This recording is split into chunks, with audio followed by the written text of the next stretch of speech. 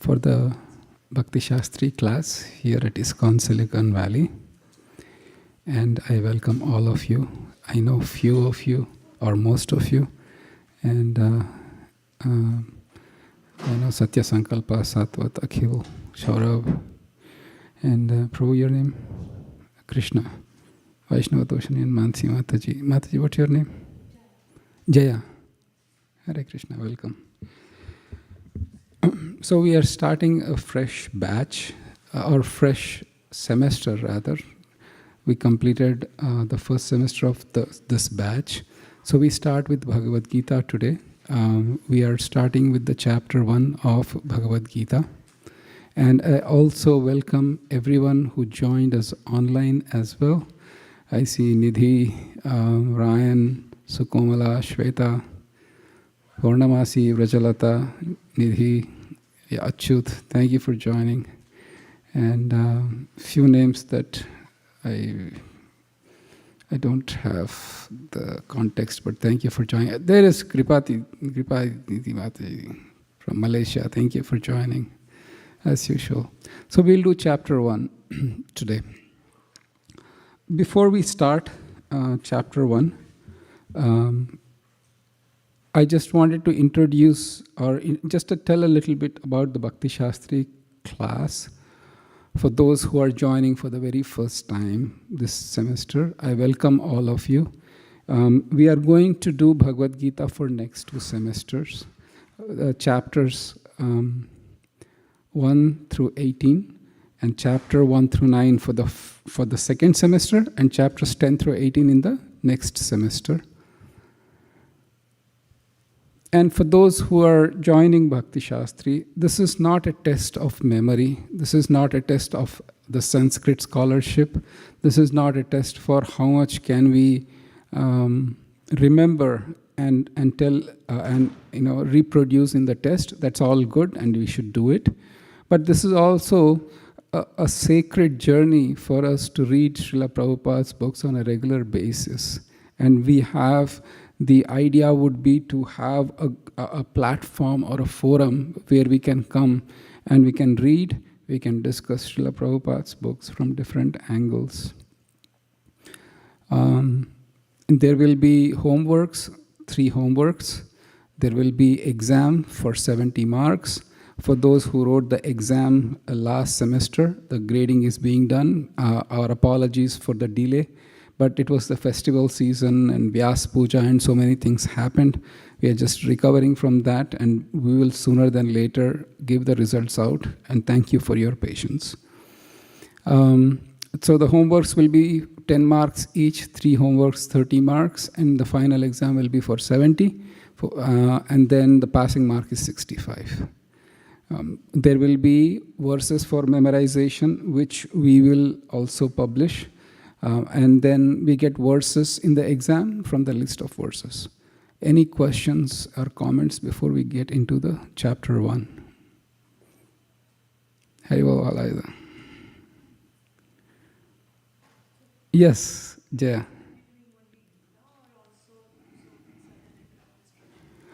So, Jaya, we have the Bhakti Shastri is divided into 4 semesters.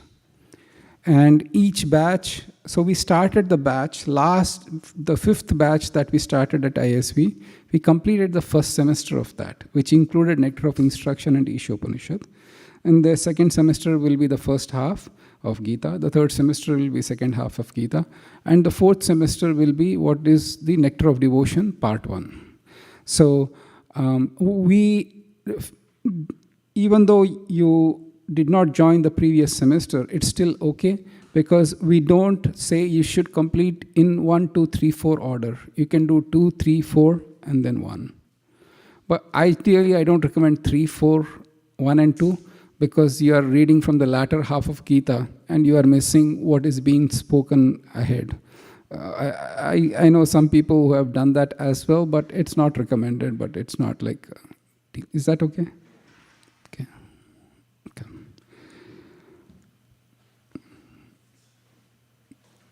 Spiritual knowledge is not a matter of academic or intellectual pursuit, because this knowledge is not only sacred, but often it is covered. And covered is how? And you might say, what is covered? Because Krishna says in the 9th chapter of Bhagavad Gita, he says, Raja Vidya Raja Guhyam Pavitram Idamottamam Pratyaksha Avagamam Dharmyam Susukam Kartum Avyayam. This knowledge, he says, is the most secret of all secrets. And that's quite puzzling, right? Because we have only access to 2 chapters of Gita or the entire 18. Then where is the secret? What is the secret that Krishna is talking about? Yet he is saying it is secret. And please understand, Krishna is the Supreme Personality of Godhead. Many people can have many opinions about many things. But when he says, this is my opinion, and he does say in Bhagavad Gita at a couple of places, this is my opinion, means it is the highest, the absolute truth, the absolute opinion. And beyond that, there is no opinion. So when we read Bhagavad Gita, with that acceptance perspective that it is Krishna who is speaking, and he is speaking for my own benefit with no personal copyright situation on his account. He doesn't need to worry about copyrights, nor about somebody stealing his words, nor about gaining something from his words, nor about the Facebook or Instagram followers going because of Krishna is just, he's the absolute truth. And he says that I am the mother and father of everyone, every living entity, every single squirrel, rat, and virus that goes on in this world, that I'm just speaking for your benefit. There is nothing. And he says in the 3rd chapter itself, I have nothing to gain by doing what I am doing, yet I am doing it. So Krishna is our friend, our well-wisher, and he's the absolute truth. It's the perfect combination to have it in mind when we read Gita, saying these are these precious words that Krishna spoke for our benefit. Otherwise, he had no reason to even speak those words. All right. With that introduction, there are few beautiful verses in the introduction that I would like to read before. Let's start with the Mangalacharan prayers. Then I'll read those few introductory verses and then we'll get into Gita. Is that a plan? Okay.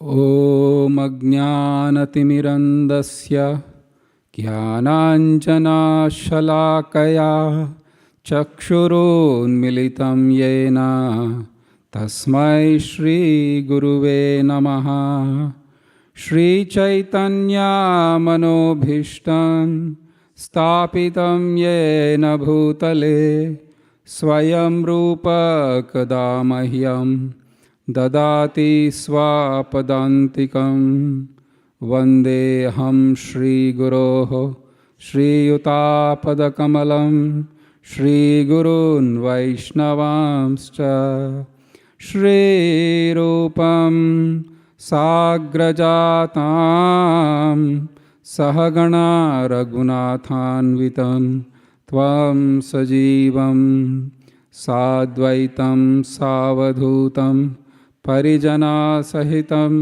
Krishna Chaitanya Devam Shri Radha Krishna Padan Sahagana Lalita Shri Vishakanvitamscha He Krishna Karuna Sindho Dinabandho Jagatpate Gopesha Gopika Kanta Radha Kanta Namostute Tapta Kanchana Gaurangi Radhe Vrindavaneshwari Vrishabhanu Sute Devi Pranamami Hari Priye Vancha Kalpatarubhayascha Kripa Sindhubhya Evacha Patitanam Pavanebhyo Vaishnavebhyo Namo Namaha Jaya Shri Krishna Chaitanya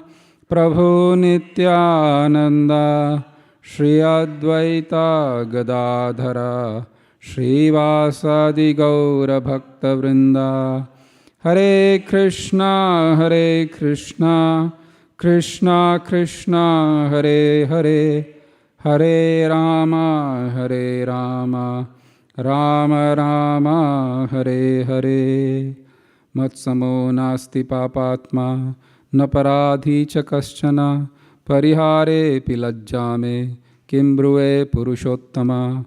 Bhumau skalita padanam, bhumireva avalambanam, tvai jata paradhanam, tvameva sharanam prabho. Govinda vallabhe radhe, prarthaye tvamaham sada, tvadiyam iti janatu, Govindo mam tvaya saha.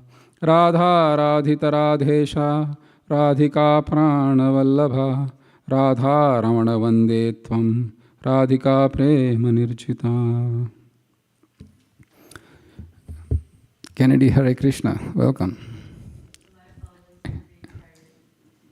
No problems at all. So, in the introduction, let's go to the last pages. Now, based on which book you have,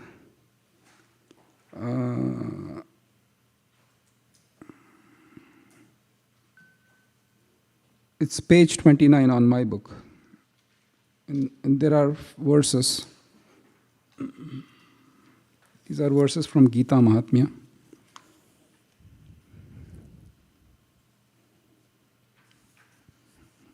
Is everybody there? I think we'll start reading from Mala Nirmochanam. Everybody there? Oh, and Mansi Mataji, do you want a copy? I can get a copy for you. There are many copies there in the back. No, yeah, already somebody's out, so please sit. Yeah. Thank you. Okay, kindly repeat after me. For those who are online, Ramananda Sakaprabhu last, in the introduction, we can go to the very last. Okay, that's wonderful. That we. Sorry, it is Control F, MALA.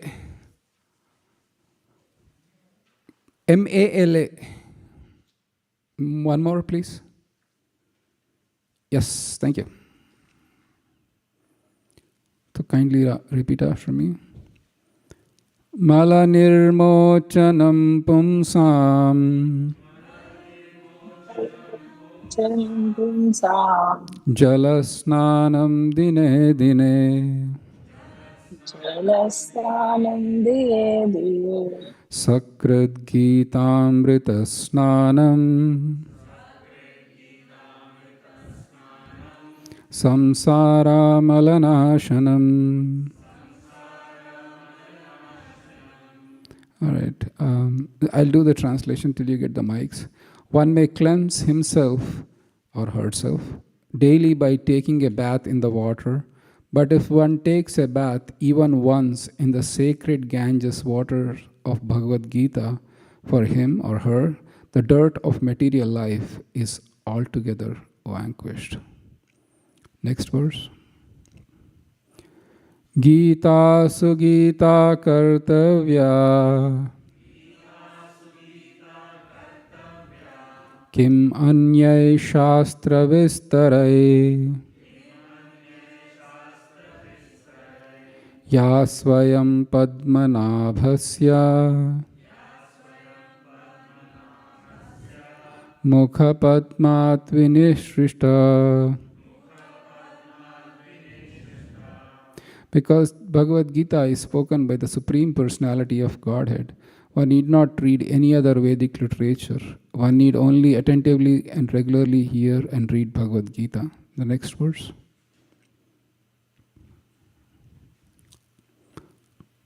Okay. Yes, thank you.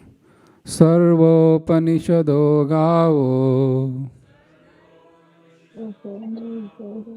Dogda Gopalanandanaha Patho Vatsastu Dhir Bhokta Dugdam Gitamritam Maha. This Gita Upanishad, Bhagavad Gita, the essence of all Upanishads, is just like a cow. And Lord Krishna, who is famous as a cowherd boy, is milking this cow. Arjuna is just like a calf, and learned scholars and pure devotees are to drink the nectarian milk of Bhagavad Gita. Ekam shastram devaki putra gitam.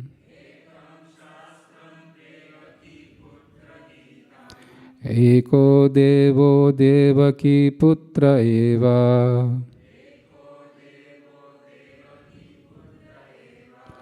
Eko mantrasya tasya namani yani.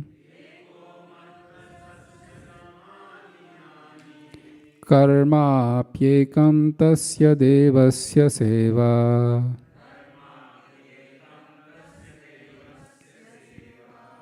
So the thing is, okay, here it is. It is in the present day, people are very much eager to have one scripture, one God, one religion, and one occupation. Therefore, ekam shastram devaki putra gitam. Let there be one scripture only, one common scripture for the whole world, Bhagavad Gita. Eko devo devaki putra eva. Let there be one God for the whole world, Sri Krishna. Eko mantrasya tasya namani. One hymn, one mantra, one prayer, the chanting of his name. And then let there be ek karmapyekam tasya devasya seva. Let there be only one work, the service of the Supreme Personality of Godhead. So with that, we will jump into the first chapter. Please keep the mics ready, and I'll ask for the translation. We'll complete the translation for those who are present, then I'll ask for online. The whole purpose will be that we will not do the purports, and we will stop at purports unless there is something explicit about, or there are something important verses. But apart from that, just to set the scene for those who are unfamiliar, the Pandavas and Kauravas are assembled at the battlefield of Kurukshetra. There are about 3.94 million soldiers assembled at one place. There are chariots, horses, elephants. So it's like 20 to 30 square miles of the area is covered by all these people, because they were all assembled at the same time. And you can only imagine, if it is 20 to 30 square miles, you can see the armies have at least a huge gap in between, because we'll come to that point when we go through the future verses. And the scene is set. The Pandavas and the Kauravas are ready to fight.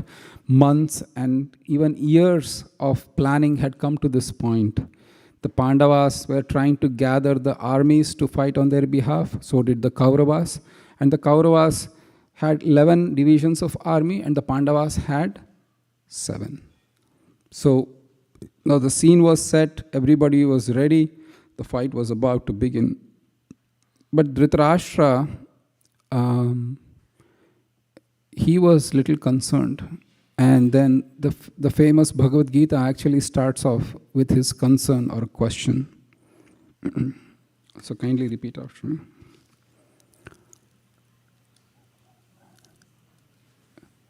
Thank you, Ravan Sakaprabhu. Dhritarashtra uvacha dharma kshetre kurukshetre samaveta yuyutsavaha mamaka pandavaschaiva kimakurvata Sanjaya.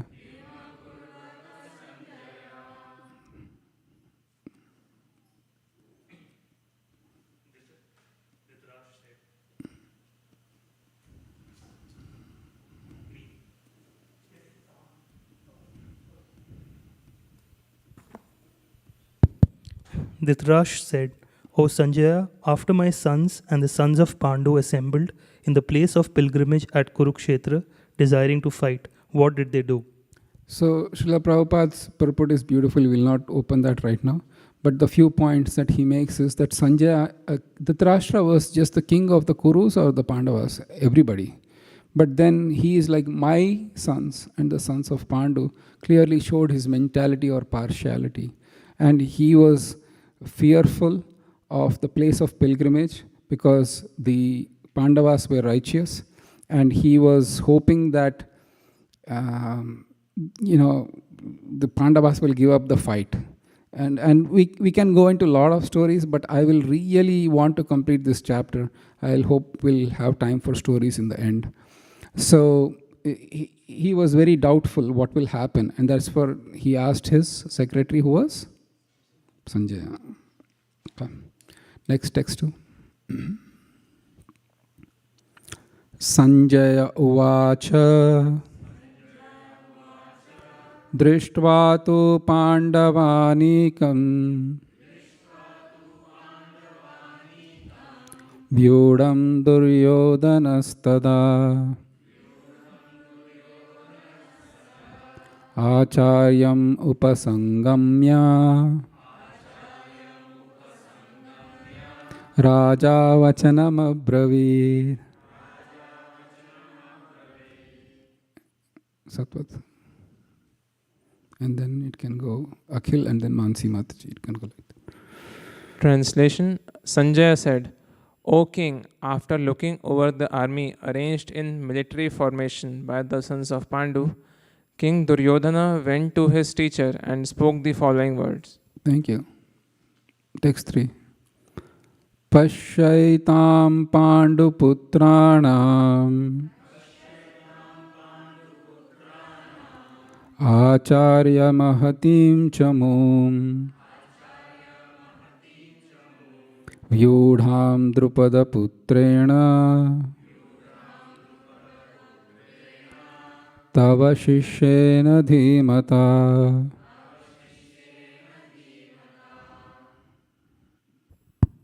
O my teacher, behold the great army of the sons of Pandu, so expertly arranged by your intelligent disciple, the son of Drupada. Thank you. Text 4. Atra Shura Maheshvasa Bhimarjuna Samayudhi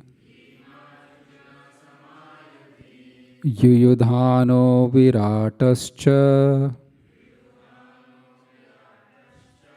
Drupadascha Maharatha.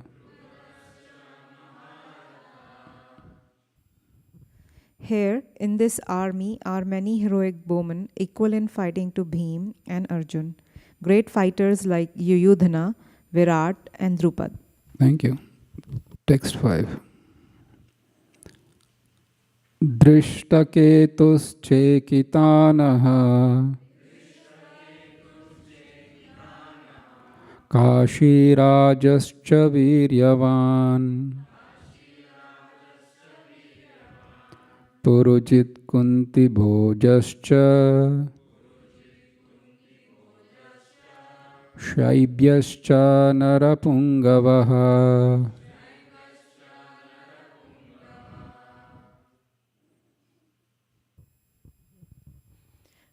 There are also great heroic powerful fighters like Drishtaketu, Chekitan, Kashiraj, Purujit, Kuntibhoj, and Shaibya. Thank you. Next verse. Yudamanyuscha Vikranta Uttamaujascha Viryavan Saubhadro Draupadeyascha Sarva Eva Maharatha.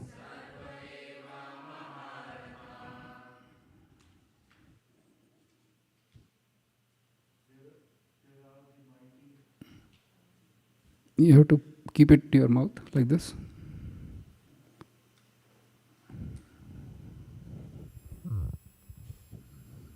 There are the mighty Yudumayu, the very powerful Uttama Mauja, the son of Subhadra, and the sons of Draupadi. All these warriors are great chariot fighters. Thank you.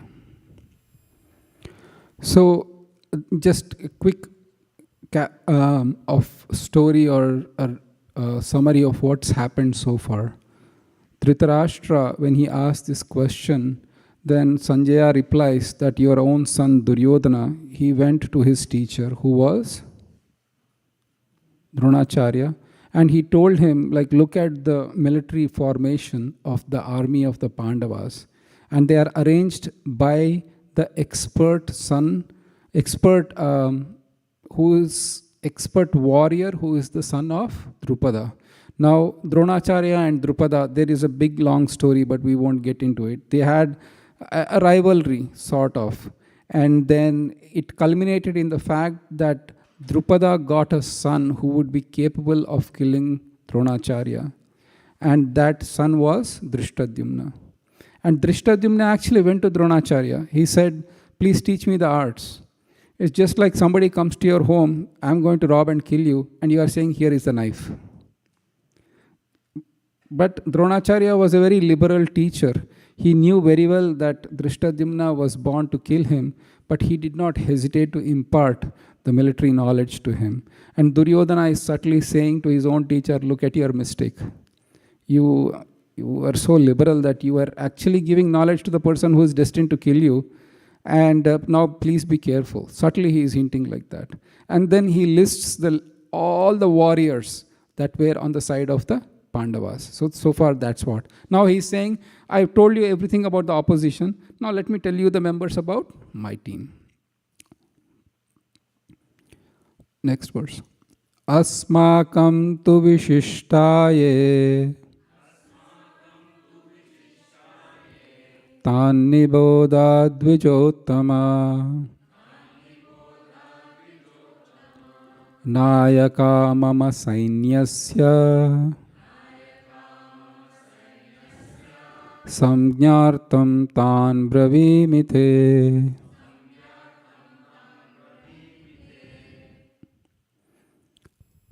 But for your information, O best of the Brahmanas, let me tell you about the captain who are especially qualified to lead my military forces. Thank you. Text 8. Bhavan bhishmascha karnascha kripascha samitim jayah ashvattama vikarnascha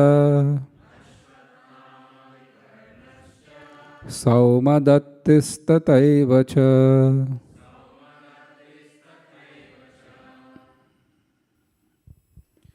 There are personalities like your good self, Bhishma, Karna, Kripa, Ashwathama, Vikarna, and the son of Somadatta called Bhuri Shrava, who are always victorious in battle. Bhagavad, in every verse can go as deep as possible. But here is the thing though, some subtlety, this won't come in exam, but this is the thing. If you have to, in any culture, in Vedic culture, in any kind of ceremony or address, you address the most important person first.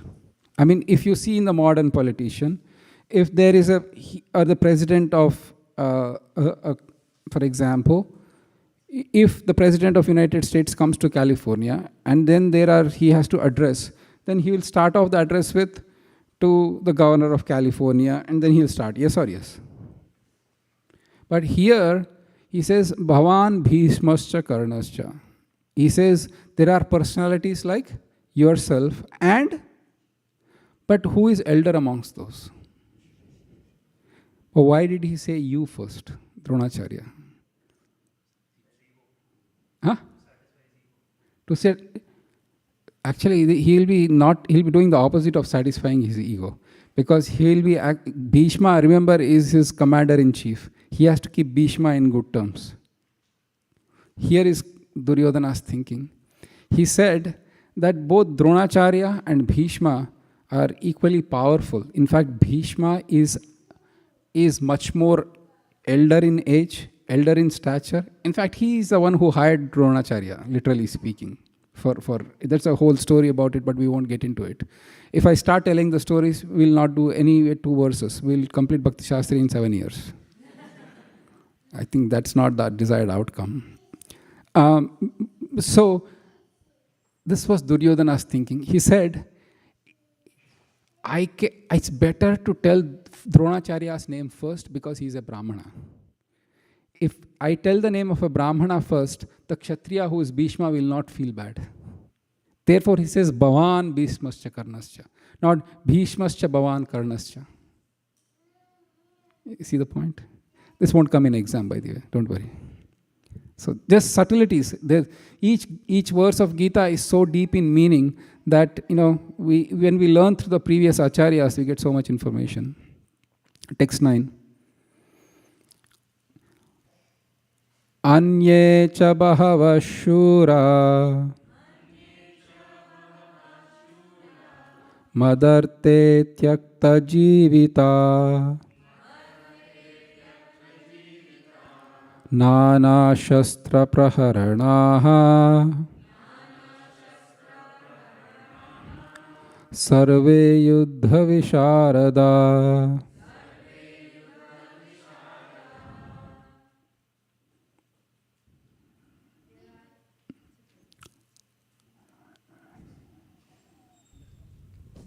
There are many other heroes who are prepared to lay down their lives for my sake. All of them are very well equipped with different kinds of weapon, and all are experienced in military science. Thank you. Text 10. Aparyaptam tadasmakam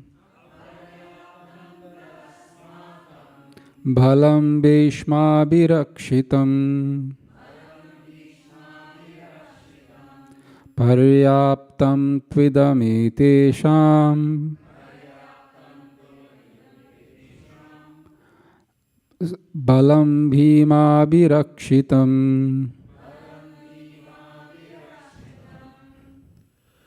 Our strength is immeasurable, and we are perfectly protected by Grandfather Bhishma, whereas the strength of the Pandavas, carefully protected by Bhima, is limited.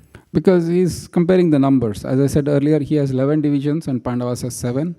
And, our force is much better, much stronger. And for the Sanskrit pronunciation, I'm sorry, but so when it is TV, there is TV and idam in the previous verse, right? TV space IDAM. Actually, it is, in TV is made to tu. So tu and then idam becomes tvidam. So therefore it goes paryaptam tvidamete. It goes like that. So just to give you, so you need to club those two words just for the pronunciation purposes. But all right. Text 11. Ayaneshu cha sarveshu yata bhagam avastita bhishmam eva bhirakshantu bhavanta sarva eva hi. All of you must now give full support to Grandfather Bhishma as you stand at your respective strategic points of entrance into the phalanx of the army. Thank you. Duryodhana, in his diplomatic style, he is thinking maybe others will feel bad, because it always happens, in temple services or other places. I am the team that did something and my name is not mentioned. So Duryodhana is also feeling that others might feel. And in fact, in temple, we don't ask that much because we are not here for credit and so on and so forth. But please understand, I'll just give a little bit of context. In Mahabharata, this drama is enacting among Brahmanas, Kshatriyas, Vaishyas or Shudras, warrior class, Kshatriyas. They had one serious offense they would take. You can enrage a Kshatriya just by neglecting or insulting or just mildly chastising them. And that insults can usually they take form in the ability to fight. They will get outraged. So because Duryodhana is dealing with these kind of kshatriyas, he wanted to make sure that everybody felt important. So he said, grandfather Bhishma is great, but he's old. So all of you, please, he's old, so you should also be there, otherwise we lose. So Duryodhana had this job, juggling, diplomatic jugglery, so to speak. Text 12. Tasya sanjanayan harsham kuru vriddha pitamaha simhanadam vinadyochai shankam dadmau pratapavan.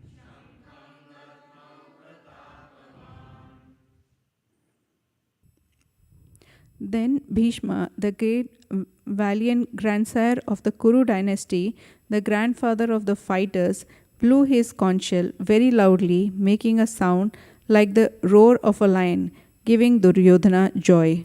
Thank you. Text 13. Tataha shankascha bhairyascha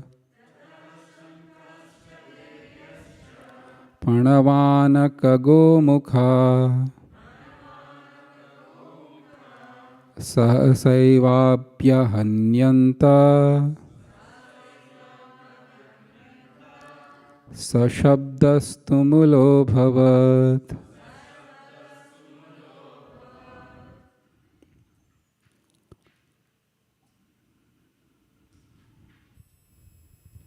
After that, the conchshells, drums, bugles, trumpets, and horns were all suddenly sounded, and the combined sound was tumultuous. Thank you. Text 14. Tataha shvetair hayair yukte mahati syandane stito madava pandavaschaiva divyau shankau pradadmatuhu.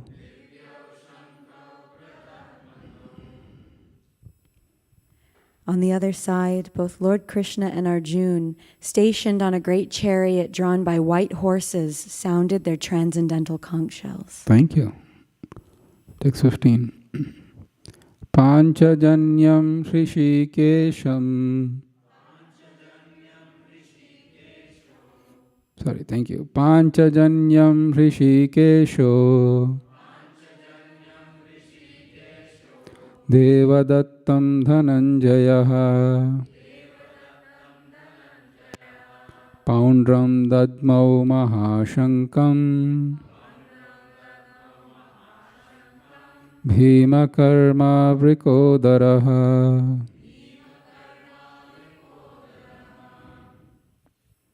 Lord Krishna blew his conch shell, called Panchajanya.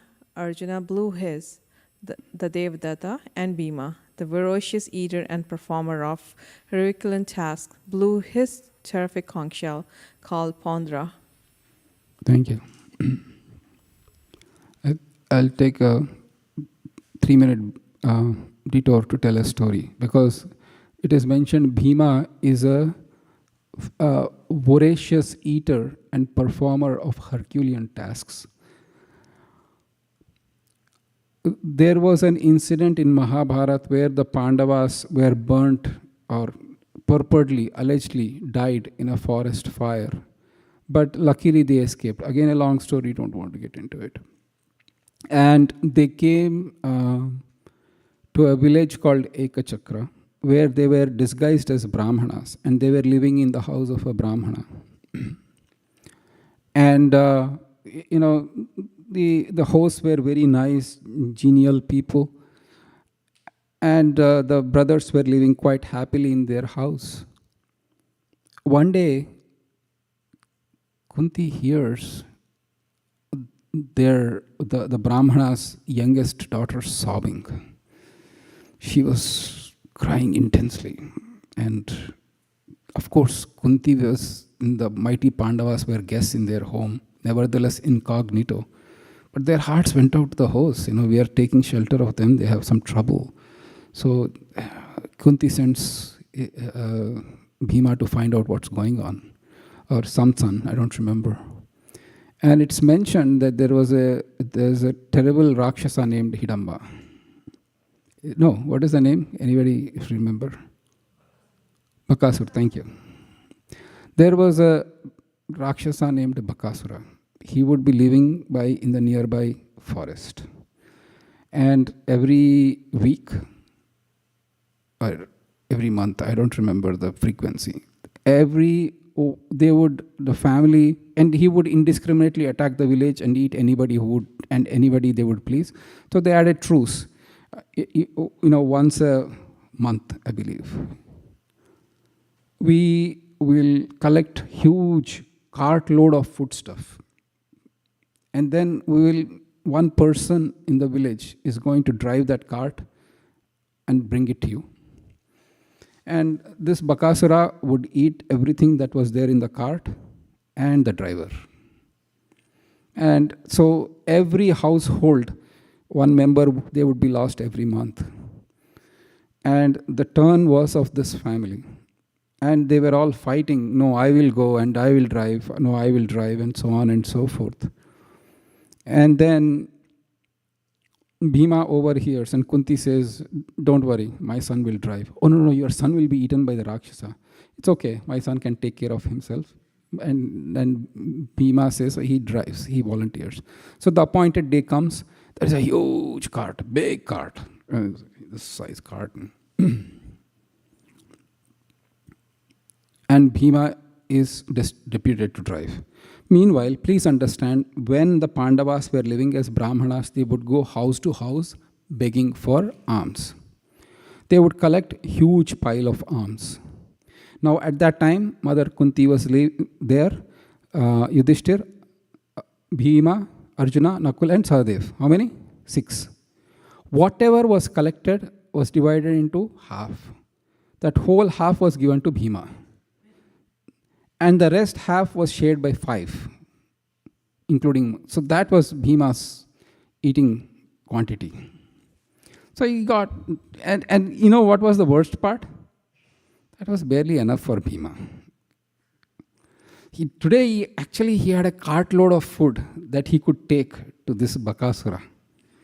He was delighted, overjoyed. So he took the cart to the forest. And then he started eating, because it's not nice. Villagers will think, what sort of fellow is this? We collected all this food for that Bakasura and this Bhima is eating. So he said, let me take it to the forest first, where there is nobody. And then he takes to the forest, he starts eating. Meanwhile, Bakasura hears some chomping, gulping, and all the noises coming from somewhere. He is furious, aghast, and completely shocked. And he saw Bhima is sitting in the chariot, eating the entire cartload for himself. He was outraged. He said, this is terrible. I'm going to eat up the entire village for this offense. And then, as Bhima is eating, he takes one fist. Bam! He goes full on the back of Bhima. Bhima feels nothing. He's continuing eating. And then once he eats, then he kills the demon.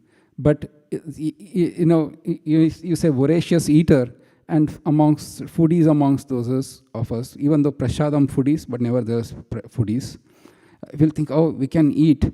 Well, yes, you can always eat to your heart's content, but if you compare yourself with Bhima, then be ready to do Herculean tasks as well. Ramananda Sakka Prabhu will say, lift this whole shed from here to there and start lifting it. Or Radha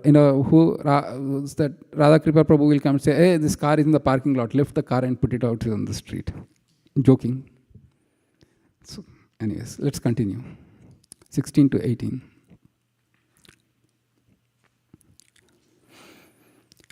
Ananta Vijayam Raja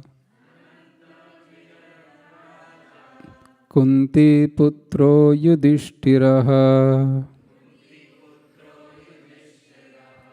Nakula Sahadevascha Sughoshamani Pushpakau Kaschascha Parameshwasa Shikandi cha Maharataha Drishtadyumno Viratascha Satyakischa Parajitaha Drupado Draupadeyascha Sarvasha Prithvipate Saubhadrascha Mahabahuhu Shankan Dadmo Pritak Pritak. Anybody online who want to go do the translation, please? Hare Krishna Prabhu, this is Shyam Chandra Das. I will do it. Hare Krishna. Thank you, Prabhu. King Yudhishthira, the son of Kunti, blew his conch shell, the Ananta Vijaya, and Nakula and Sahadeva blew the Sughosha and Manipushpaka. That great archer, the king of Kashi, the great fighter, Shikandi, Drashtadyumna, Virata, the unconquerable Satyaki, Drupada, the sons of Draupadi, and the others, O king, such as the mighty armed son of Subhadra, all blew their respective conch shells. Hare Krishna. Thank you, Prabhu. Text 19. Saghoshodartharashtranam Hridayani Vyadarayat Nabhascha Prithvim Chaiva Tumulobhyanunadayan.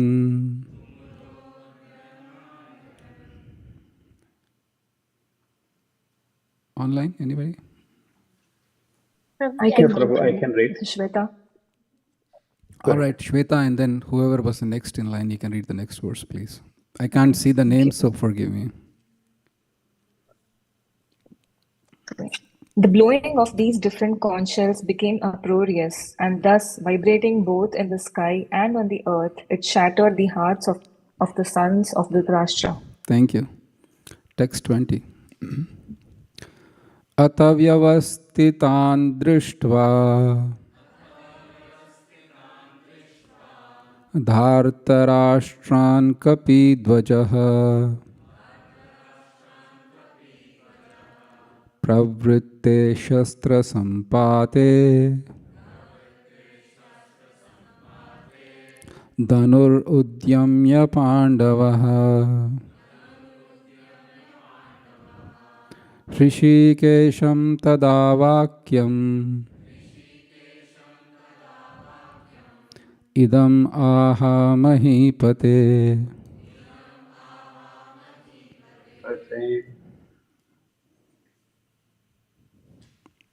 At that time, Arjuna, the son of Pandu, seated in the chariot bearing a flag marked with Hanuman, took up his bow and prepared to shoot his arrows.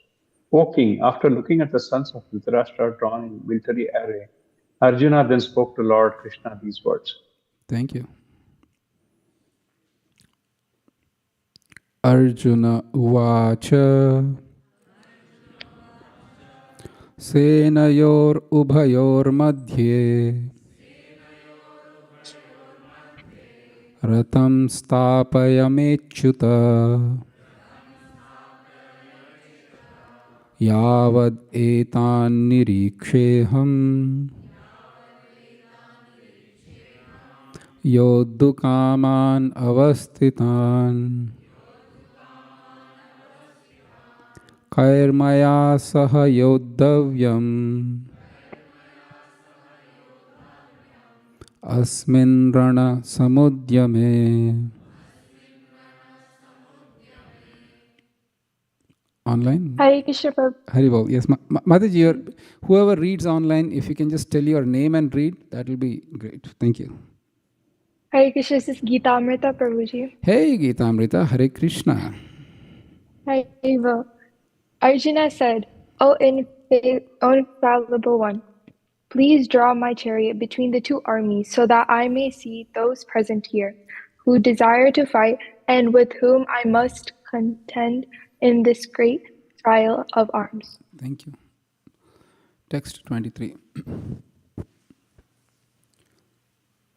Yotsyamanaan aveksheham ya etatra samagata dhartarashtrasya durbuddher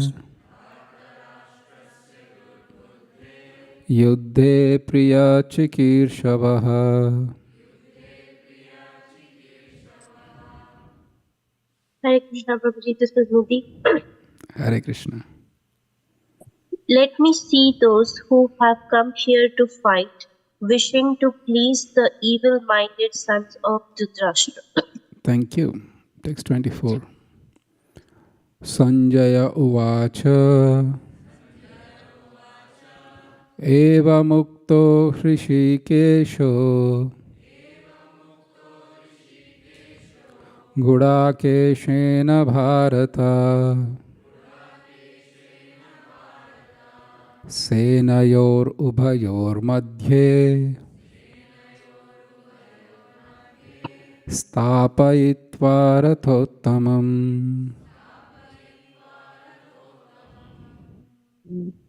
Hare Krishna, Brajalata. Hare Krishna, Brajalata Mataji. Sanjaya said, O descendant of Bharata, having thus been addressed by Arjuna, Lord Krishna drew up the fine chariot in the midst of the armies of both parties. Hare Krishna. Thank you.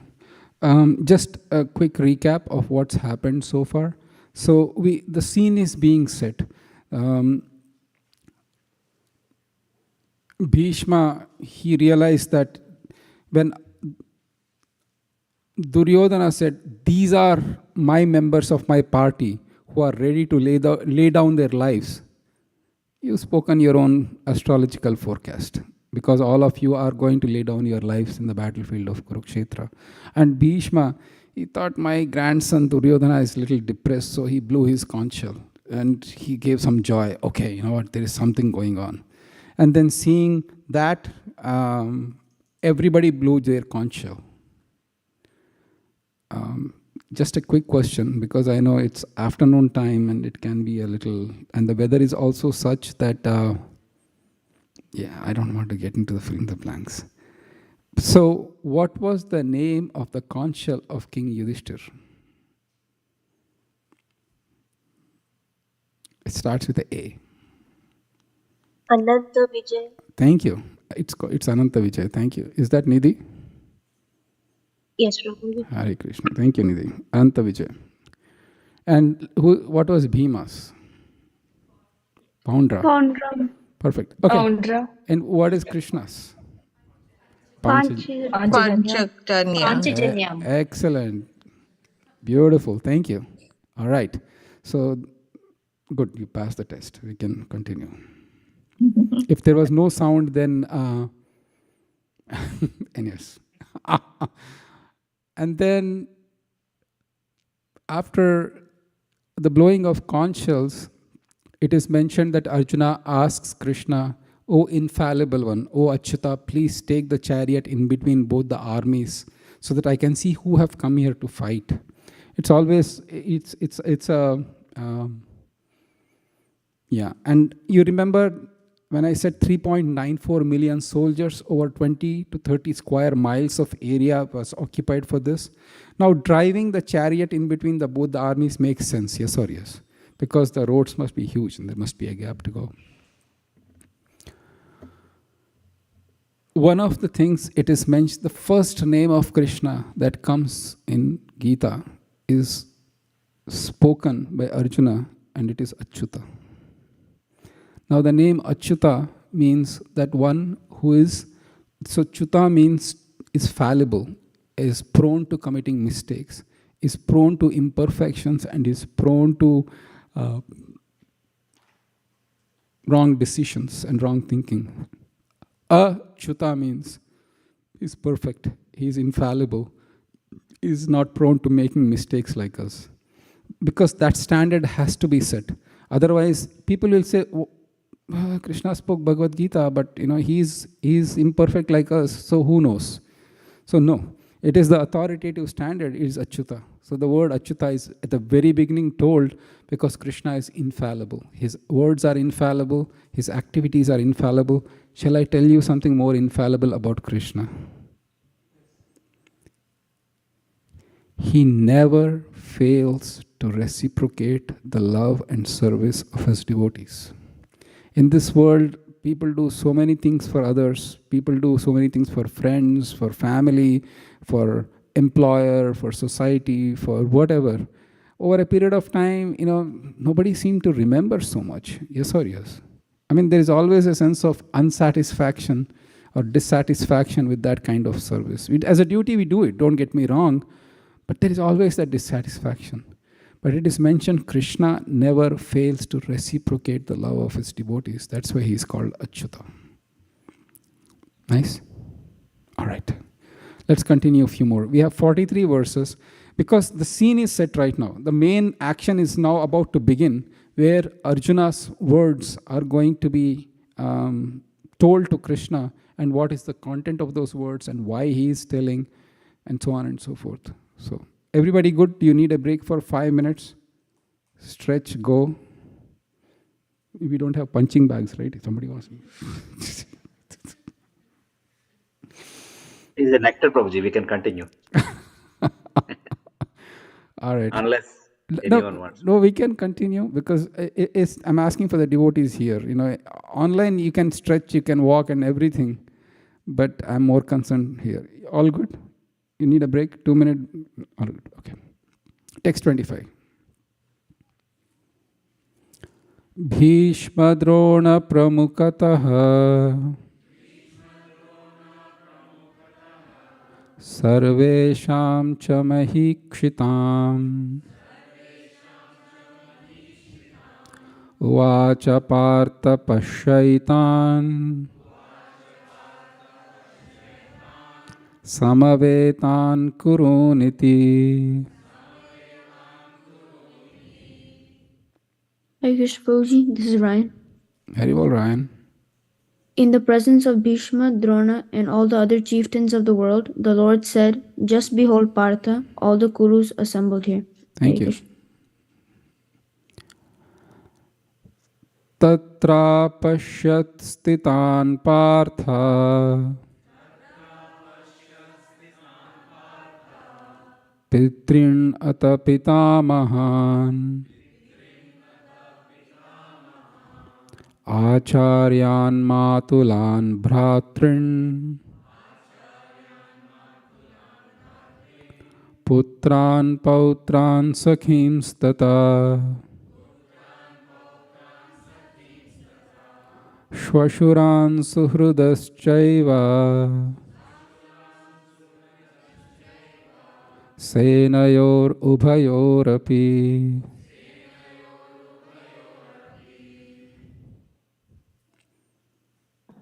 Hare Krishna Prabhuji, Devi Gaurangi Devi Dasi, Deepika here. Hare Krishna.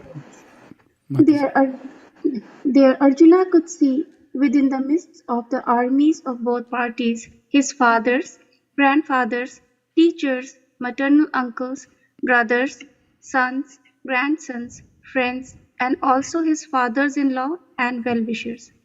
Very well, thank you. Text 27. Tan samikshya sa kaunteya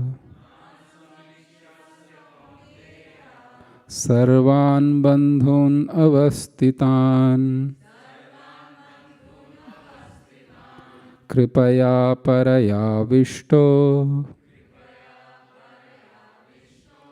Vishidan idam abravit.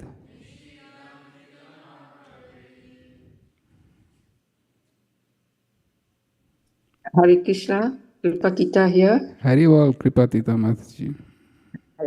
When the son of Kunti, Arjuna, saw all these different grades of friends and relatives, he became overwhelmed with compassion and spoke thus.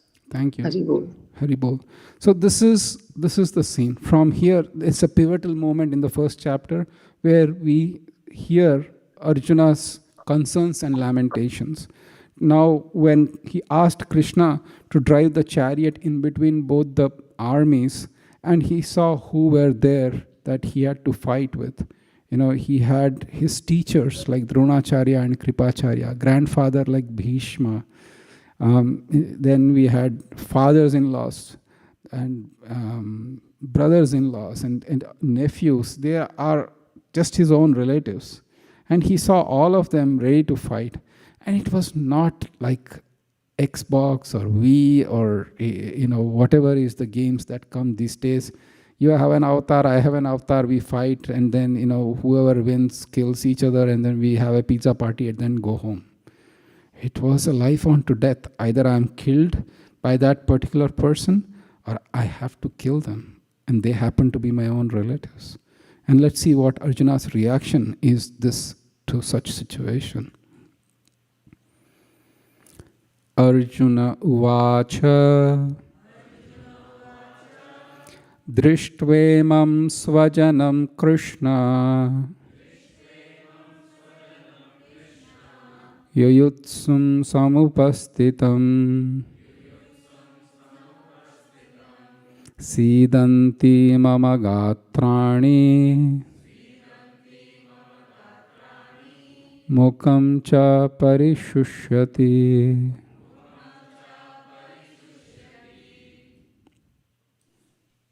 Hare Krishna Prabhu, Sukomal Radha. Haribol Sukomal Mataji. Arjuna said, "My dear Krishna, seeing my friends and relatives present before me in such a fighting spirit, I feel the limbs of my body quivering and my mouth drying up." Thank you. Text 29. Vepatuscha sharire me Romaharshascha jayate Gandivam samsmrute hastat Tvakchaiva paridahyate.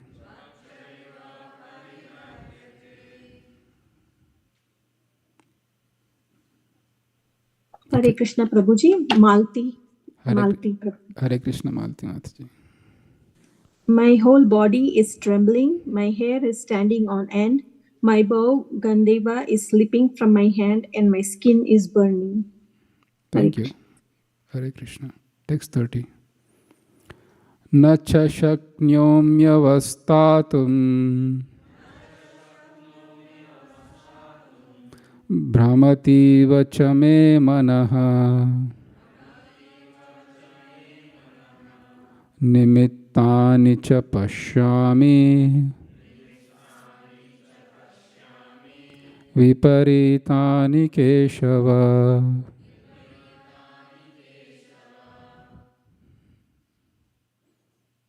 Okay, Mansi Mataji. I am now unable to stand here any longer. I am forgetting myself and my mind is reeling.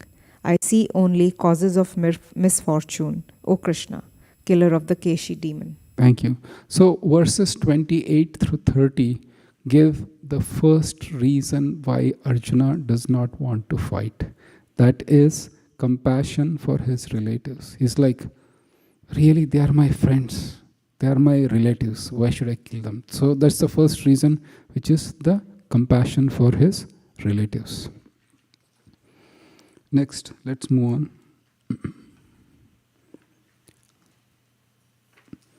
Na cha shreyo nupashyami hatva svajanamahave na kankshe vijayam Krishna na cha rajyam sukhani cha.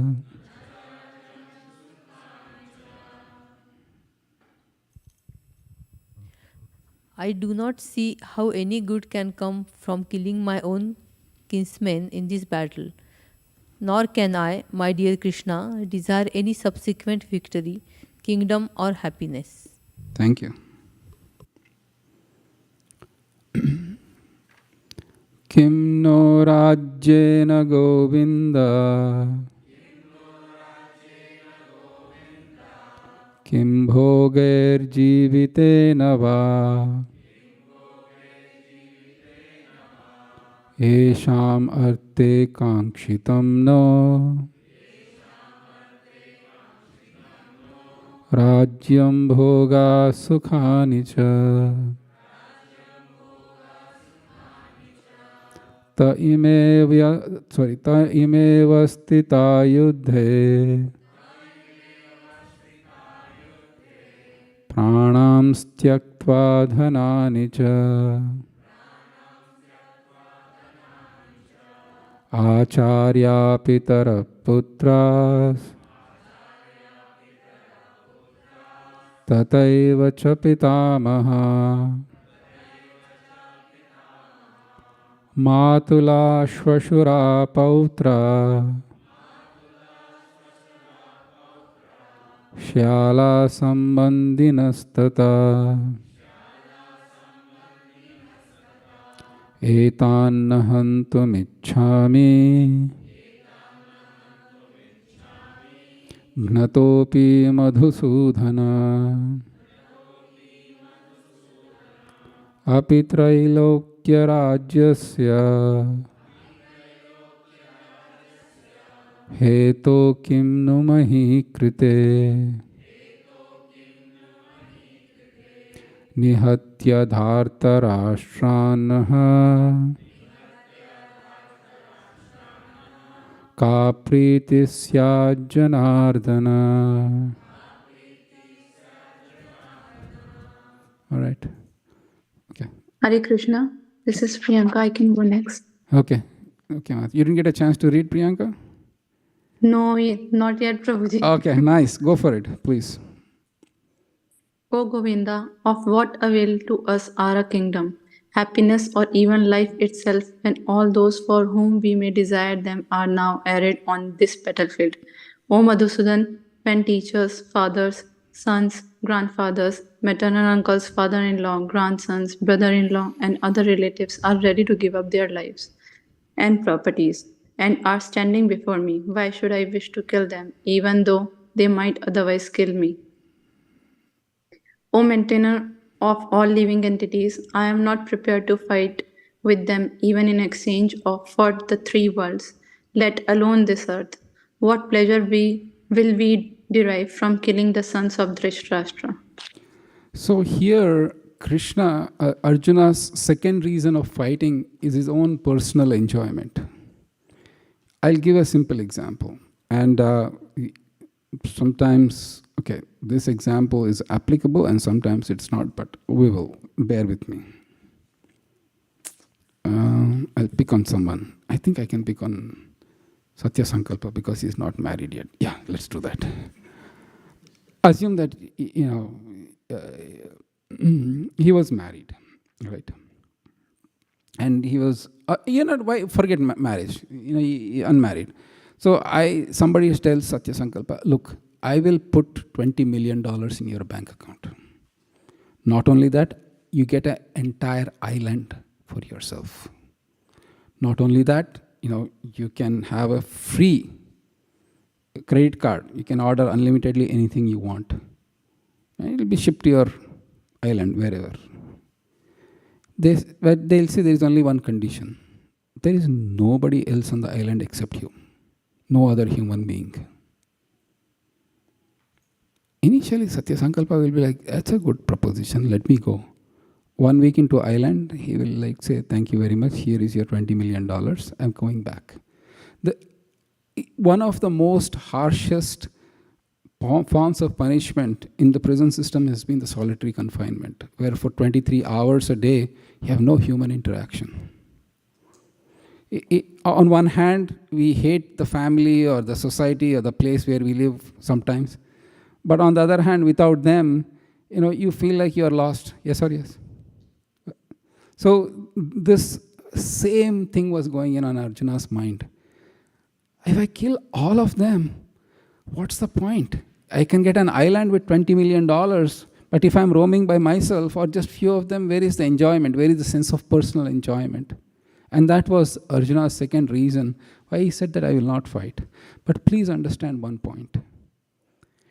Arjuna, it was not out of lack of fighting skills or experience that he did not fight. And that shouldn't be even a point of discussion, because he fought against Lord Shiva himself. He fought against Kinnaras, Gandharvas, Yakshas, Charanas. You name in the Mahabharata, you can see his valor and his prowess is none to none. In fact, he alone with the son of Virata challenged the entire Kuru army. When they were incognito living in the kingdom of Virat, the kingdom was attacked from the northern side and from the southern side. And all his brothers and all the army had gone fighting on the south side, and the northern side was attacked again by the Kuru kingdom. And then he alone went and he challenged along with the son of Drupada. So he had the capacity to fight. So then why is it that he is refusing to fight? Because Prabhupada writes he's a Vaishnava. He's a very compassionate person. And then we'll come to those if the thinking of Arjuna is going along those lines. So far, so good. Any questions? Any comments? All right. Next few verses.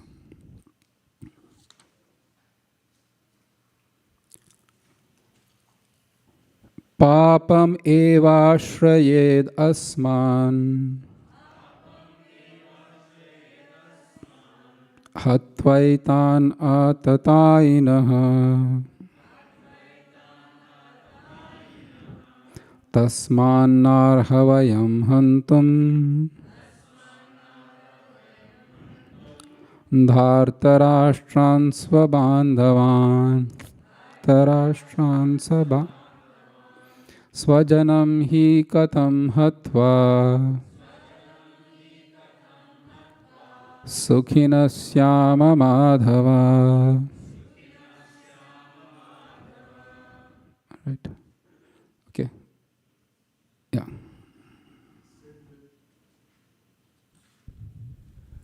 Sin will overcome us if we slay such aggressors. Therefore, it is not proper for us to kill the sons of Dhritarashtra and our friends. What should we gain, O Krishna, husband of goddess of fortune? And how could we be happy by killing our own kinsmen? Thank you.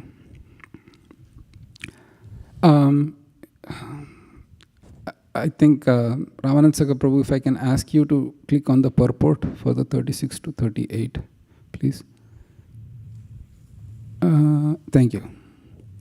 I'll read the purport. According to the Vedic injunctions, there are 6 kinds of aggressors: a poison giver, one who sets fire to the house, one who attacks with deadly weapons, one who plunders riches, one who occupies another's land, one who kidnaps a wife. Such aggressors are at once to be killed, and no sin is incurred by killing such aggressors. So I have a question. Are the Kauravas aggressors or not in this connection? Let's take the first one, a poison giver. Are they guilty of that? Because, and you know, for newcomers like Kennedy, it might be a little tough, but when they were young, actually when they were the teenagers, Duryodhana actually poisoned Bhima by giving him a poison cake, because Bhima would taunt them and Duryodhana would get really angry. But when they tried to physically attack Bhima, he would just beat them to a pulp. Physically, he was much stronger. And then Duryodhana said the only way to kill Bhima is to give poison. So he gives cake with poison. And then how it was done is the boys go and have a picnic by the riverside. And then Duryodhana made sure that the poisonous cakes were prepared and he would be giving it to Bhima. And it's mentioned that each cake was having so much of poison it would kill hundreds of men instantaneously.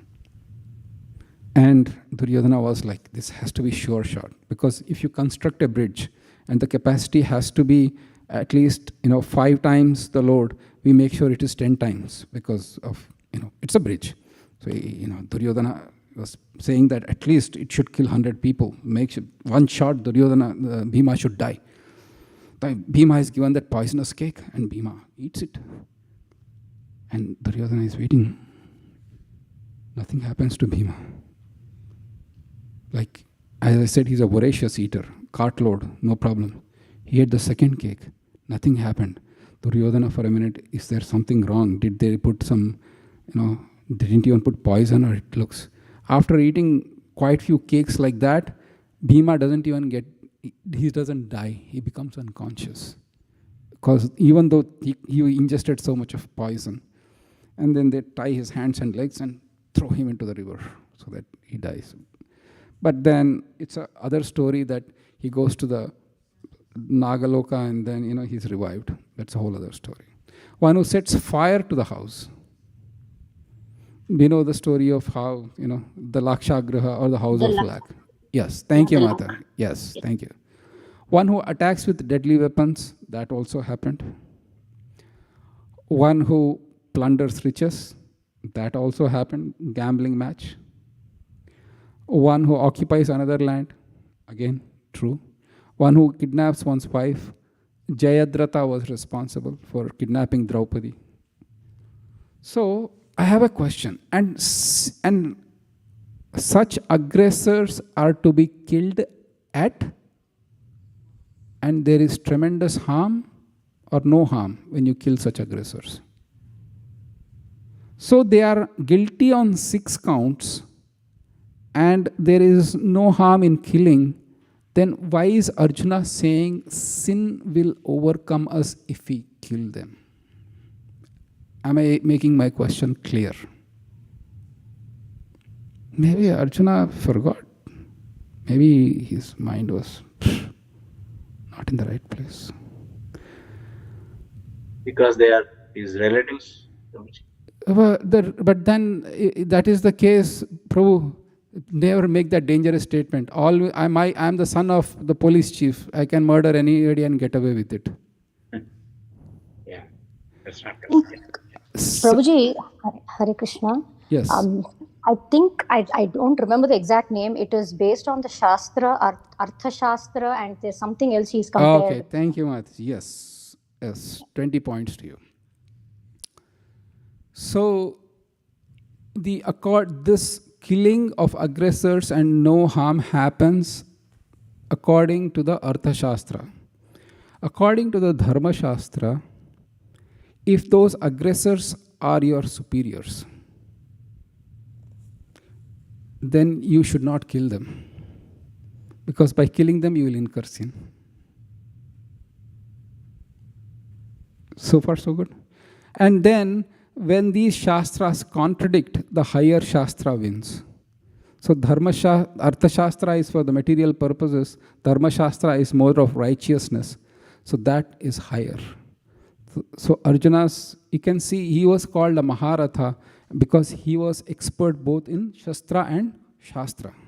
He was very sharp. He said that, yes, I know they are aggressors. I know they have done all these terrible things against me and my brothers and my mother and my wife, but they are superiors. If I go and kill them, I will be responsible for their. Therefore, he says fear of sinful reactions. So that is the next reason why Arjuna is hesitant to fight, is because of the sinful reactions, fear of sinful reactions. Yes, Satwat.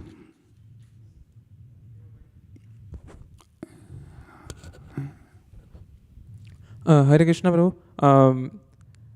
A question for the third point, I don't clearly remember when the Kauravas had attacked with deadly weapons. It's different from the Kshatriya fighting, right? They attacked with deadly weapons when they were incognito in kingdom of Virat. They actually attacked the cows. They attacked the cows, and then to draw them out, they literally, it was a surprise attack. They didn't, and you know why it happened?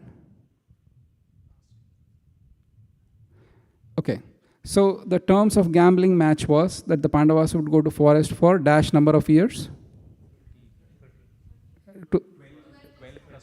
Okay. What was the one?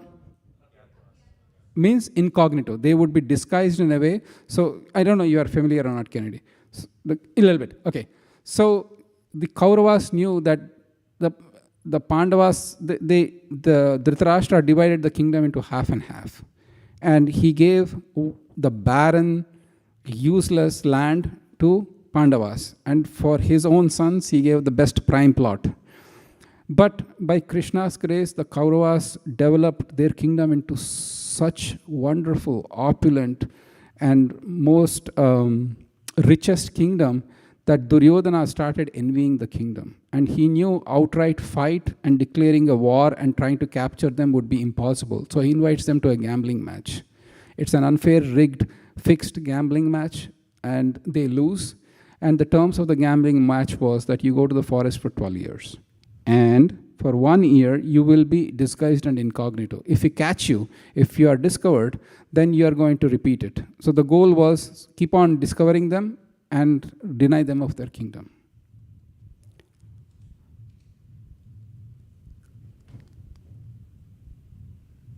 What was the question you asked? Yeah, my question was... Right. Okay, got it. So when they were incognito in the kingdom of Virat, after 12 years, they were in the kingdom of Virat. They were incognito. And you know what was the toughest part of Pandavas' 13 years? It was when they were in incognito. You know why? Actually, that should have been the most happiest time, the most pleasantest time. Because in the forest, you're on your own. It's like you have to go, wherever you go, you have to build your own tents and huts and look for food and everything. It's hard life in the forest. But it was harder when they became incognito in the kingdom of Virat because they were born Kshatriyas. They were used to giving orders, not taking orders. But for that 1 year, the Pandavas became the servants of kingdom of Virat, and Draupadi became the hairdresser for the queen. And they were acting like servants. And Draupadi's heart was just, he couldn't see her husbands who were like the lords of the world taking orders from someone. There was the brother-in-law of the kingdom of Virat named Kichak. He was molesting Draupadi on a regular basis. Molesting in the sense like leering towards her, making indecent gestures and so on and so forth with a desire to enjoy. Obviously, because they were in the incognito, the husbands couldn't do anything also openly. Otherwise, they would be revealing their own identity. So they had to tolerate that. And then when things really, really came out of control, and there's a long story, I will not get into it. Bhishma says that, ask him to come and meet you at a particular place, and then I'll take care of the rest. And Draupadi asks Kichak to come and meet him in a gym with a promise of an evening of enjoyment. But of course, when Kichak comes, he's slightly inebriated, put on the best fragrance scent and ready to go. And then here, when he's expecting Draupadi to come, Bhima comes and he beats him to a pulp, literally. If you need horror stories, Mahabharata is a good reading some areas. I'll tell you why.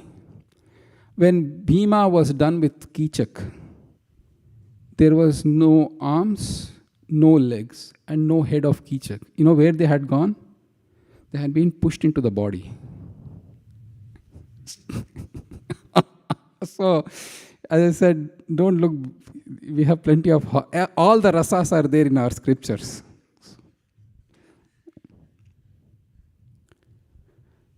Duryodhana got to know of this. He said, Kichaka is so powerful.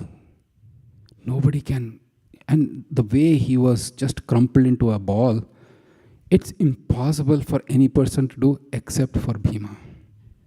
Therefore, Pandavas must be there in that kingdom. Let's attack. Let's go and attack and steal their cows.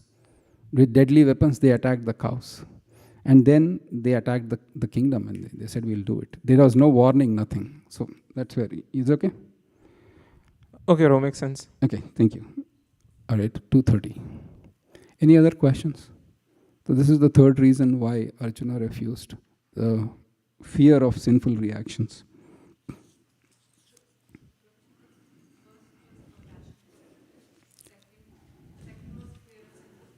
Second one was personal lack of enjoyment.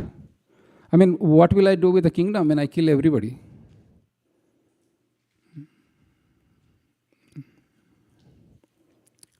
I mean, I have seen that growing up in my city from India. I remember, I used to hate crowds. So many crowds. This is like, wherever you go, it's too much. I wish there were no crowds. And one day something happened and there was riots and everything, and there was curfew imposed. Nobody was moving. I said, better to have crowds than this curfew kind of situation. So you can see how Arjuna also thought like that, no enjoyment. All right. Text number 39. 37. I thought we did. Yeah, 37, 38, Prabhuji. Oh, 36, I think.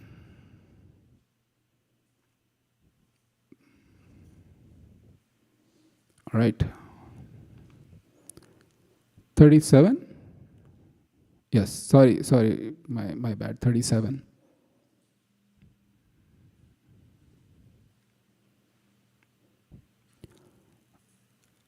Yadyapyete na pashyanti lobo pahata chetasaha kulakshaya kritam dosham mitradrohe cha patakam khatam nagneyam asmabhihi papad asman nivartitum kulakshaya kritam dosham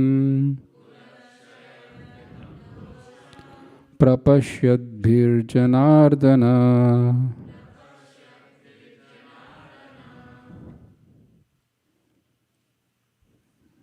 Okay, good.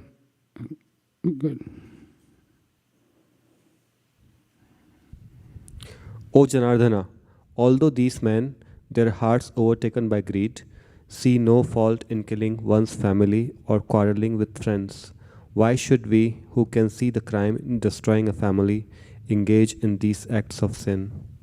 Arjuna's logic is that if that person is a thief, then why should we become thief? Because we are superior and we know better. Text 39. This is the so there is this book called Gita Subodhini, written in Govardhan Eco Village. Thank you, Matji. Govardhan Eco Village, Gaurang Darshan Prabhu has written this beautiful guide. They list 4 reasons. This is the 4th reason, but I'll add the 5th reason as well, a little later. Text 39. Kulakshaye pranashyanti kuladharma sanatana dharme nashte kulam kritsnam adharmo bhi bhavatyuta. Okay, you got a chance? Okay, good. With the destruction of the dynasty, the eternal family tradition is vanquished, and thus the rest of the family becomes involved in irreligion. Thank you. Text 40. Adharma bhavat Krishna pradushyanti kulastriyaha strishu dushtashu varshneya jayate varna sankaraha.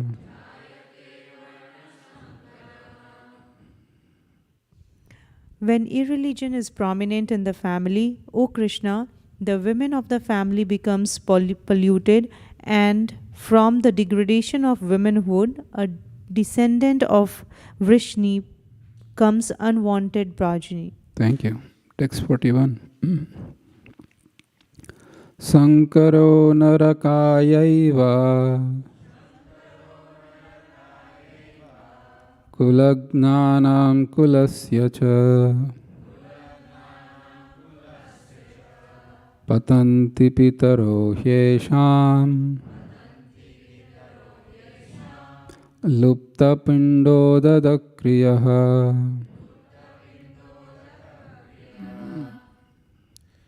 An increase of unwanted population certainly causes hellish life, both for the family and for those who destroy the family tradition. The ancestors of such corrupt families fall down, because the performances for offering them food and water are entirely stopped. Thank you. Doshair etai kulagnanam varna sankara karakai utsyadhyante jati dharma kula dharmascha shashvata. By the evil deeds of those who destroy the family tradition and thus give rise to unwanted children, all kinds of community projects and family welfare activities are devastated. Thank you. Utsanna kula dharmanam manushyanam janardana narake niyatam vaso bhavatityanu.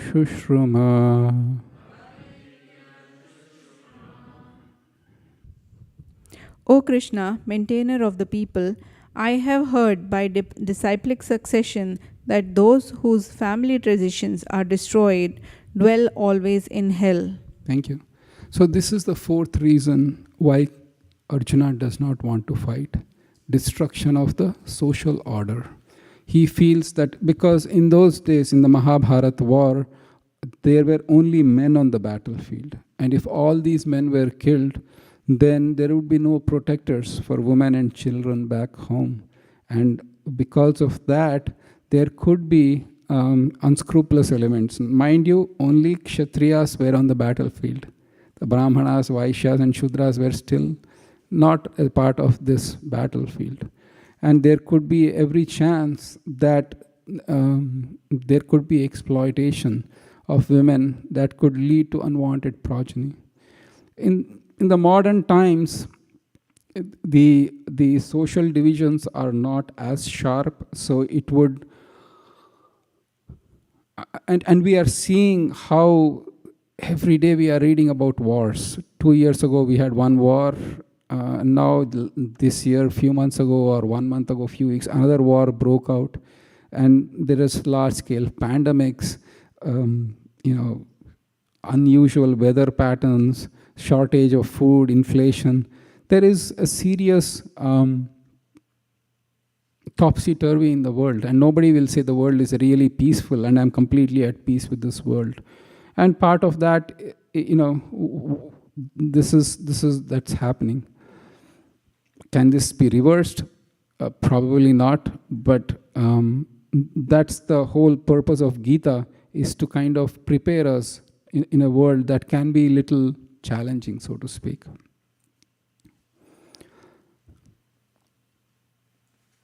And then, so the lubda pindodada kriya is there, which means that if you are in the Vedic customs, the lubda pindodada kriya is verse number? Offerings to the forefathers. Which verse number is that? 41, thank you. For those who are looking at the book, it's 41. It's mentioned how in the human life, if you are not Krishna conscious or following the path of devotional service, then you are obligated to 5 kinds of people. First is your forefathers and parents, because they gave you birth and they carried the family traditions. There are the demigods. There are the people in general, the great sages or the rishis, and that is human beings, and then all living entities. So you are obligated to 5 kinds of people. And you have to do 5 kinds of sacrificial offerings to do that. And part of doing that is to make the offerings for the forefathers. Lubda pindo dada kriyaha. But if the men are destroyed, then those offerings are stopped and there would be another. So that's the whole argument on why Krishna said the destruction of the social order or the family tradition. So far, so good. I promise you we'll be wrapping up. Only 3 more verses to go. Yes. Mata, Mike, because there are online who will be unable to hear. Hey Krishna Babuji, you said the offerings to the forefathers will be stopped, and so here it says that the ancestors of such families fall down. So what does that mean? Where will they fall down? Thank you.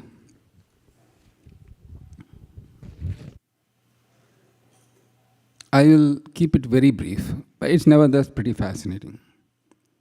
I'll start off with a simple question.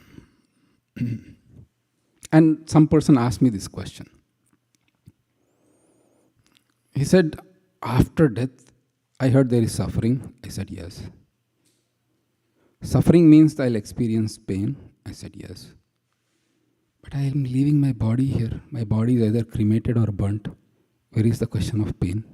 Because I don't even have a body to pain. What's the answer to that?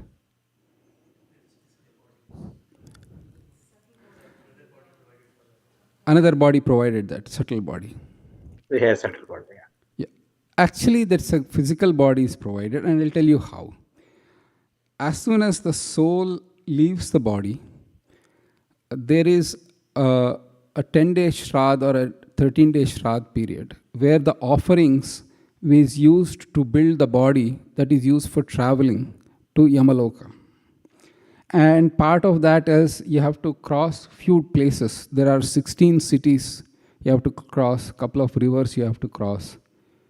And since the audience was little dismayed at the description of what happened to Kichak, I will not say what is there in that river they need to cross. But they have to cross that river. So the journey after life can be a little troublesome. And if those offerings are stopped, then their progress is impeded. The forefathers' progress is impeded, and they might actually fall down till from where they went back. But that happens in our culture. It doesn't happen in all the cultures. It does, but nobody cares. Okay. I mean, for example, the childbirth is actually the most pleasing thing that can happen in a family, except to the child. Bhagavatam gives the description of what happens to the child in the womb, and also does Padma Purana. Not pleasant, at all pleasant. I mean, it's pretty graphic. But parents can't see. They just think it's happy occasion, but the child is suffering. So in the same way, because in other cultures you can't see beyond what's happening, then doesn't mean that they're not happening, right, Mata? Anyways, other hands, questions? Okay, we'll complete the 3 more verses. Text 44. Oh, before I complete, the 5th reason my own personal list I want to add is fear of conflict with your relatives. I have seen that. Think about it. If you are a mother and you have to correct your child, but you love your child, isn't that it's like a very uncomfortable situation. You have to talk to an employee who's working for you about the lack of performance. Very uncomfortable situation. Now there are a lot of layoffs happening. Need to talk to someone and say that you are being laid off is a very, very uncomfortable thing, no matter how you frame it. Yes or yes? So if you have to, for example, if you have a property dispute and your relatives are trying to grab your property, you need to go to court. Pleasant situation or unpleasant? Very unpleasant. These are unpleasant. What about just you have to kill all your relatives that you love at one go?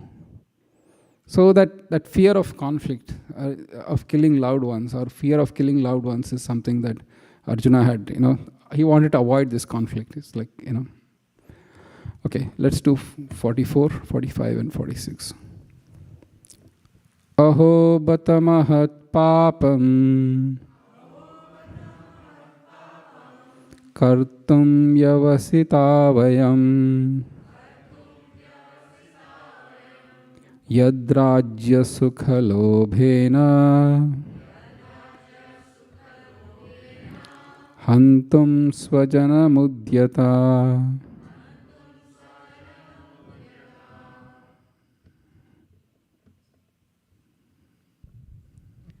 Alas, how strange it is that we are preparing to commit greatly sinful acts. Driven by the desire to enjoy royal happiness, we are intent on killing our own kinsmen. Thank you. Text 45.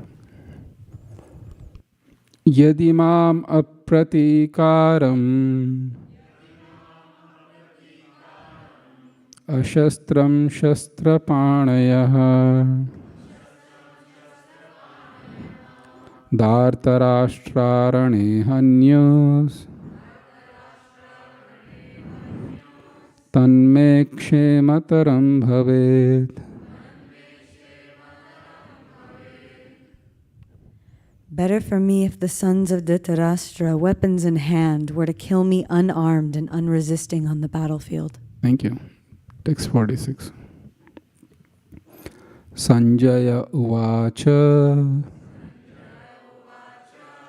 eva muktvarjuna sankhye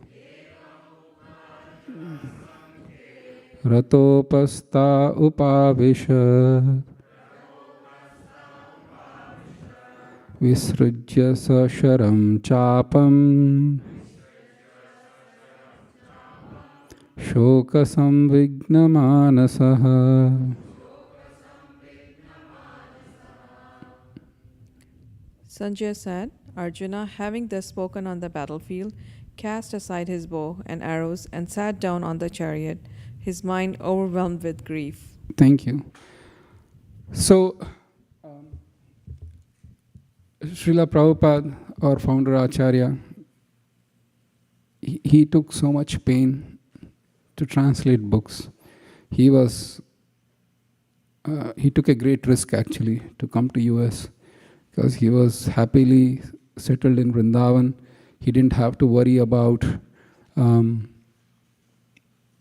his own destination after he passed away. From Vrindavan, he would have gone straight back home to Godhead anyways, either one way or other. But then he came out to the West, to a country or to the world that he never journeyed outside India. And he realized, maybe he thought that I would just live on potatoes. Initially, when he came, there should be nothing in US except potatoes and some chapatis.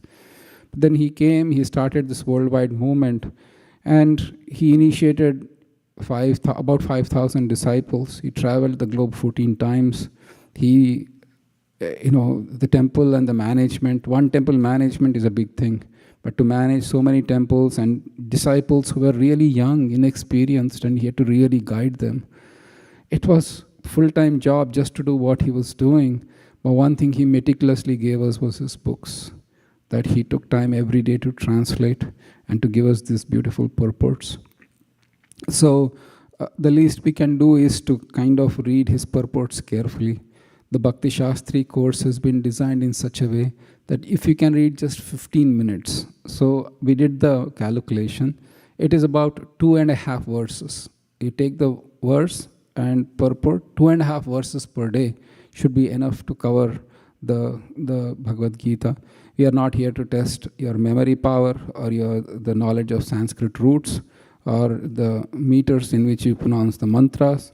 Your whole idea is to how much I can absorb this teachings that Srila Prabhupada gave us and give it to others. That would be our goal. And please understand, this world, not much information, or is an overdose of information? Overdose of information, absolutely. Information coming in every which way, and our mind actually can falter, waver, have doubts on the path of devotion. Am I doing right? Is this true? Maybe there is Krishna, there is no Krishna. Love of God, it seemed to be like, some big thing. It is all hocus pocus. But when we read Prabhupada's books, we strengthen our intelligence, we purify ourselves, and we become firm on the path of bhakti. Strictly speaking, chanting Hare Krishna Mahamantra 24 hours a day is enough, or it's sufficient to go back home, back to God. Not chanting the Mahamantra is enough. You don't need to read Prabhupada's books. But we are not in a stage where we are so attached to the chantings of name of Krishna that doubts will not creep in our mind. We are completely, I just can chant, and then I know for a fact I can go back home, back to God, and I can please my Guru. But at least I say about myself, I am not there, so I need to read Prabhupada's book to strengthen my intelligence. To so many theories, opposition, so many things come about, but this will help us be fixed in our path of devotion to Krishna. So please take your time to read Srila Prabhupada's books. I am so grateful and thankful that you joined the course, and we can continue reading Prabhupada's books in the association of each other. A couple of logistical things. In next few days, we will send out the schedule for the Bhakti Shastri. And this time I'm hoping we will not change it under no circumstances. The dates will be fixed. If there is some event in the temple that Ramananda Saka Prabhu says, sorry, I can't do anything in the temple, we'll do it on Zoom or whatever be it. So because the problem what's happening is if we change our schedules, then, you all will be okay. It's a little bit disappointed. Maybe I wanted the class to happen. Others will be very happy that, the class didn't happen. But I will be at the receiving end, both the sides. I told you that have that class, otherwise because I planned everything around the class. I'll be cursed by the people who are disappointed. And then I'll be blessed by the people, but then, by the who moved, but then still. It's a tough job. So don't make me in the position where we have to change it. We'll carefully consider, make sure we avoid festivals, make sure we avoid major events in the temple, but our calendar is going to be relatively fixed. No more, we cannot. So far, so good. Yes. Any other final questions? Online, did online anybody have questions or comments? Prabhuji, this is Naveen. Will we have the list of slokas to memorize? Yes, we'll send it out. We'll send it out on the WhatsApp group. We'll send out the PDF. So that's a good idea. Maybe somebody can remind me in the next class, before we begin the class, we will memorize the shlokas together, or we'll read the shlokas together. Next class so there are 18 chapters, but there will be 20 classes, because chapters 2 and chapters 18 are 70 plus verses. Chapter 2 is 72 verses. Chapter 18 is 78 verses. So we will not cover it in one class. We'll split it up into 2 classes. I will send it out. Thank you, Naveen, for reminding as well. Other questions? Other comments? Vaishnava Toshani Prabhu. Yes, no, we have time. We have time. 1 minute, Mata. There is a phone here, and then you can ask immediately after that. Hare Krishna, Prabhu. Hare Krishna. So my question is, what is the significance of blowing the conch shell, and why does Supreme Personality of Godhead has to blow the conch shell? So any major event, for example, we have Aarti going on, we blow conch shells. So any major event, to signify the start of that event, the conch shells are blown. And that's a ritual from Vedic times, including war or declaration of war or starting of the war. So that's the reason why they blew the conch shells. And the Supreme Lord has his own conch shell. He got it from perpetually, eternally he always has his conch shell. But at least a part of the Leela, he got it after killing a demon who had stolen the son of his spiritual master, Sandipani Muni. So he blew that conch shell as well. So that is the significance. Thank you. Online question and then... Mataji, somebody had online. I couldn't see the name. It just showed iPhone. Hare Krishna Prabhuji, it was me, Priyanka. Haribol Priyanka Mataji. Prabhuji, I have a question. The question is, I know we shouldn't go deeper into the Sanskrit language, but from very childhood, I really want to learn Sanskrit language and recite shloka very well. That's my wish. How can I do it? I don't know. But when I tried online, I failed. Okay. So, and the question is, Mata? What is the best way to do it? To learn Sanskrit, to memorize shlokas? Yeah, learn Sanskrit and speak the verse in Sanskrit. Okay. We do have few devotees who teach Sanskrit. I don't have the contacts on top of my head, but we can put it in the... You can contact me privately and then I can send you that information. Okay, Prabhuji. But one point is that on that note, Sanskrit learning is not bad, but learning of Sanskrit will take about 12 years. If a full-time kind of situation, if you really want to become an expert on Sanskrit. And if you become very proficient in Sanskrit, there is a possibility that you might think or find even faults with Prabhupada's translation. You might think, why did Prabhupada write this? This is not correct. Because, so while, you by all means you should learn Sanskrit, but please be aware of that tendency that can creep in as you learn Sanskrit. And all the best to you as you pursue your Sanskrit learning, Mata. Thank you, Prabhuji. Yes, Prabhuji. Hare Krishna, Prabhu. Hare Krishna. So, Prabhu, my question is, Arjuna already knew who he's fighting with in the war, and he was preparing all the way for the war. Then how come suddenly at the wartime only he asked these questions to Krishna? Thank you. A nice question. For those who could not get the question, it's not like, Arjuna was suddenly attacked by an unknown stranger. He had to fight and now he's backing out. He exactly knew who would be coming. He exactly knew what sort of people he would be seeing and meeting in the war. Then why suddenly he did, feel that change of heart or back out of that conversation? The answer to that question is that twofold. One is when you actually are supposed to do what you need to do, there is something in the mind. And when you have to actually do it, there is a difference in that perspective.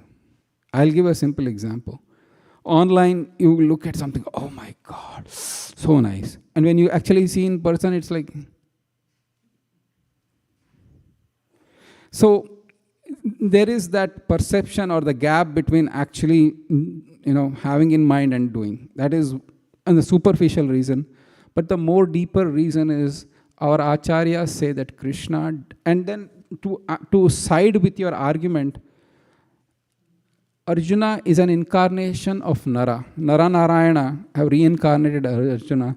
And Arjuna is an eternally liberated associate of Krishna. Then how in the presence of Krishna can he fall in illusion? right? It's impossible. So the answer to that is Krishna deliberately put him under illusion so that he can deliver the message of the Bhagavad Gita to the whole world. And it's for us that he chose to do like that. Because Krishna can free us from illusion. If he so desires, he can cover it up with illusion also. Is that helpful? Yeah. Yeah. Okay. There's 18. Okay. There is one more hand raised, Shweta, and then Satya. Hare Krishna Prabhu. It's not more of a question. Just wanted to. I think there was a Mataji who asked about the Sanskrit pronunciation. I just wanted to let her know that in the end of Bhagavad Gita, there is a Sanskrit pronunciation guide, and this actually helped me a lot when I was reading all the verses, Sanskrit, the English verses, and then I was able to even start reading the Sanskrit verses. So I think that is. I was struggling also myself, maybe like 4-5 months ago. But yeah, this pronunciation guide helped me quite a lot. Thank you, Shweta. That's a useful indicator. But I believe that Priyanka Mataji was thinking more in terms of like mastering Sanskrit. And of course, part of that is that you also need to know the meter of the verses and so on. But that's other, yeah. But thank you, Shweta. That is really useful. Yeah, for beginners, I think this is a good start. Yeah. Excellent point. Thank you. Satya Sankalpa Prabhu. Prabhu, just a clarification. I think before you gave the final reason, you mentioned there were 4 reasons mentioned, but I think I have, like, when I was noting down, I had 5 reasons. Okay, tell me one more. No. Like you only said 5. 5. Actually, and then I'll add more confusion. There is a number 6, but it's in the next chapter. The 5th one is fear of conflict with the loved ones. Yes. Avoiding conflict with the loved ones. Yeah. But I think. Okay, what is the 6th one? 6th one is actually in the 2nd chapter it will come. Indecision, 2.6. It's in the next chapter. I wanted to save the surprise for the next one, but 6th reason is there. So Gita Subodhini gives 5, but I added one more. So, but if you have more, then we can definitely get. There are many nuances to it. And destruction of social order and sinful reactions actually is combined. He says that for those, I have heard from disciplic succession, those who destroy the family traditions will live in hell. There is the fear of sinful reaction as well in that. So there is a little bit of overlap. But if you can find it, we'll be definitely happy. Oh, I see. Okay. All right. Anything else? Thank you. So, yes, Kennedy has the last word.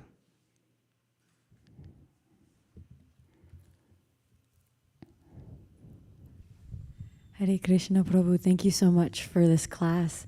I just wanted to share a takeaway because it really struck me how Arjuna is struggling over which is the supreme dharma.